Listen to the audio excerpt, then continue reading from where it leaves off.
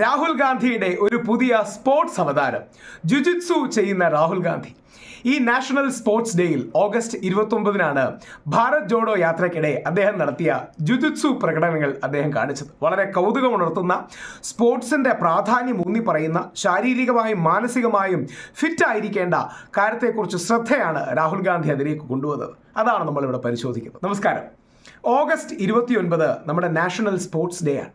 ഹോക്കിക്ക് വേണ്ടിയാണ് യഥാർത്ഥത്തിൽ ആദ്യം അത് കൊണ്ടുവന്നത്. ധ്യാൻചന്ദ് എന്ന ഹോക്കി മാന്ത്രികനെ അനുസ്മരിക്കുന്നതിന് വേണ്ടിയാണ് ഈ ദിവസം നമ്മൾ ആഘോഷിക്കാറുള്ളത്. എല്ലാ സ്പോർട്സിനെ നമ്മൾ സെലിബ്രേറ്റ് ചെയ്യാറുണ്ട്. ഈ ഓഗസ്റ്റ് 29-ന് ഈ രാജ്യം തന്നെ ഏറ്റവും ശ്രദ്ധിച്ചത്, ഏറ്റവും ഐ ക്യാച്ചി ആയത് രാഹുൽ ഗാന്ധിയുടെ ജുജുത്സു പ്രകടനങ്ങളായിരുന്നു. അദ്ദേഹം ഭാരത് ജോഡോ യാത്രയ്ക്ക് ഇടയ്ക്ക് നടത്തിയ ജുജുത്സുവിൻ്റെ കാഴ്ചകൾ നമുക്ക് വേണ്ടി പങ്കുവെക്കുകയുണ്ടായി. അത് വളരെ വൈറലായി പോവുകയും ചെയ്തു. ഒരുപാട് യുവാക്കളോടൊപ്പം രാഹുൽ ഗാന്ധി പുതിയ ആ കരാട്ടെ കൈൻഡ് ഓഫ് ഡ്രസ്സിൽ നിന്ന് ജുജുത്സു കാണിക്കുന്നത് വളരെ രസകരമായി തന്നെ തോന്നി. അദ്ദേഹത്തിൻ്റെ ഒരു വാക്കുമുണ്ട്, ജുജുത്സു, അങ്ങനെയാണത് പ്രൊനൗൺസ് ചെയ്യുന്നതെന്ന് തോന്നുന്നു. ജുജുത്സു പ്രാക്ടീസ് നമ്മുടെ റുട്ടീനിൻ്റെ ഭാഗമാകണം. ക്യാമ്പിലൊക്കെ പോകുമ്പോൾ ആ റുട്ടീൻ കൊണ്ടുപോകണം. യൂത്തിൻ്റെ ഇടയിൽ ഈ ജെന്റിൽ ആർട്ട് അത് കമ്പാഷനും സേഫ് സൊസൈറ്റിക്കും വേണ്ടിയുള്ള ഒരു നിർമ്മിതി കൂടിയാകും. വളരെ രസകരമായ വാക്യങ്ങളും കൂടെയാണ്. രാഹുൽ ഗാന്ധി പഴയ രാഹുൽ ഗാന്ധി അല്ല, വളരെ മൂർച്ചയോടെ സംസാരിക്കുന്ന രാഹുൽ ഗാന്ധിയാണ്. ഒരു ആയോധന കല അല്ലെങ്കിൽ പ്രതിരോധ കല, ഒരു മാർഷ്യൽ ആർട്ട്, അത് പലപ്പോഴും അറ്റാക്ക് ചെയ്യാനാണെന്ന് നമ്മൾ പറയാറുണ്ട്, ചിലപ്പോൾ ഡിഫെൻഡ് ചെയ്യാനാണെന്ന് പറയാറുണ്ട്. രാഹുൽ ഗാന്ധി അത് മനോഹരമായി വരച്ച് കാണിക്കുന്നത് കമ്പാഷന് വേണ്ടി, കരുണയ്ക്ക് വേണ്ടിയും സുരക്ഷിതമായൊരു സമൂഹത്തിലേക്ക് പോകുന്നതിനും വേണ്ടിയാണ് എന്നാണ് രാഹുൽ ഗാന്ധി സൂചിപ്പിച്ചത്. അതാണ് ഈ ബ്യൂട്ടി ഓഫ് ദി സ്പോർട്ട് എന്ന് പറയുന്നത്. എന്നിട്ട് അദ്ദേഹം പറയുന്നു, ഫിസിക്കലി ആൻഡ് മെൻ്റലി ഈ ബ്യൂട്ടി ഓഫ് ദി സ്പോർട്ട് നമ്മളെ മാറ്റുന്നത്. നമ്മളെല്ലാവരും ഈ കോൾ ഉൾക്കൊള്ളണം. ഇത് വളരെ പോസിറ്റീവാണ്. ഇതിൽ രാഷ്ട്രീയമൊന്നുമില്ല. രാഹുൽ ഗാന്ധി പറഞ്ഞാലും അംഗീകരിക്കണം, നരേന്ദ്രമോദി പറഞ്ഞാലും അംഗീകരിക്കണം. സ്പോർട്സ് നമ്മുടെ ജീവിതത്തിൻ്റെ ഭാഗമാകണം. ഷട്ടിൽ ബാഡ്മിൻ്റൺ ആകാം, ക്രിക്കറ്റ് ആകാം, ബാസ്കറ്റ്ബോൾ ആകാം, ഫുട്ബോൾ ആകാം.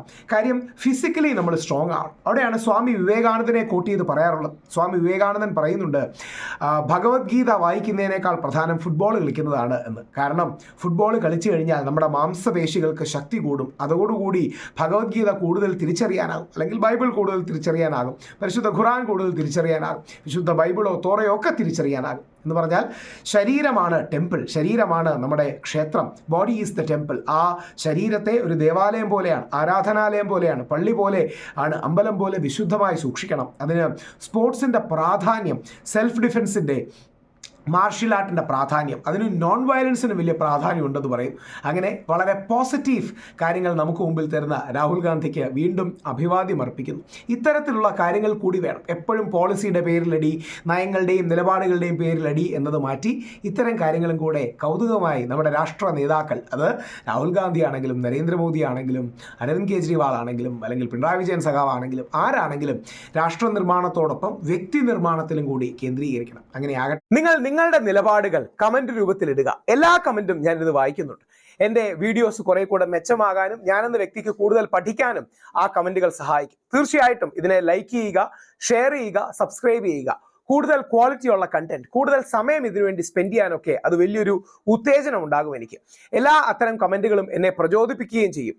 നിങ്ങളുടെ ആ കമന്റ്സ്, നിങ്ങളുടെ ലൈക്സ്, നിങ്ങളുടെ സ്നേഹം, നിങ്ങളുടെ ആദരം, നിങ്ങളുടെ എല്ലാ positive criticism, negative criticism, feedback ഞാനെന്ന വ്യക്തിയെ കൂടുതൽ കാര്യങ്ങൾ ചെയ്യാൻ പ്രേരിപ്പിക്കുകയും ചെയ്യട്ടെ. നമസ്കാരം.